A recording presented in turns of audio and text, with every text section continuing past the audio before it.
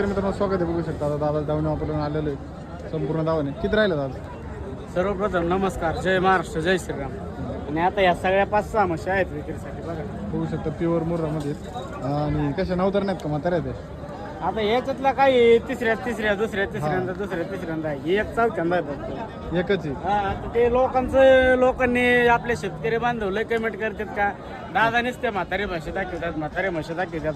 आता एवढीच एक म्हातारी दाखवतात, 5 सारे नवतर नाहीत म्हशी.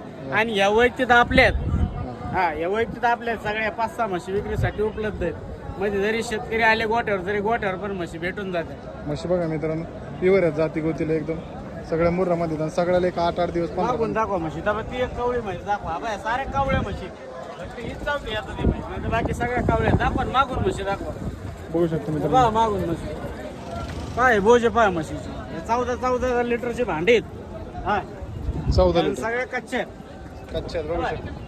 अजून काय 10 दिवस फुटत नाही. हे पहा म्हशी. आता या पहा, या काय म्हाताऱ्या म्हशी आहेत का? पहा बरं, या पहा म्हशी कावळ्या म्हशी आहेत. व्हिडिओ दिसतात तसे दिसतात समोर आले. मध्ये होतोय प्रॉब्लेम, पण पहा ना म्हशी आपल्या हलक्या नाही राहतात.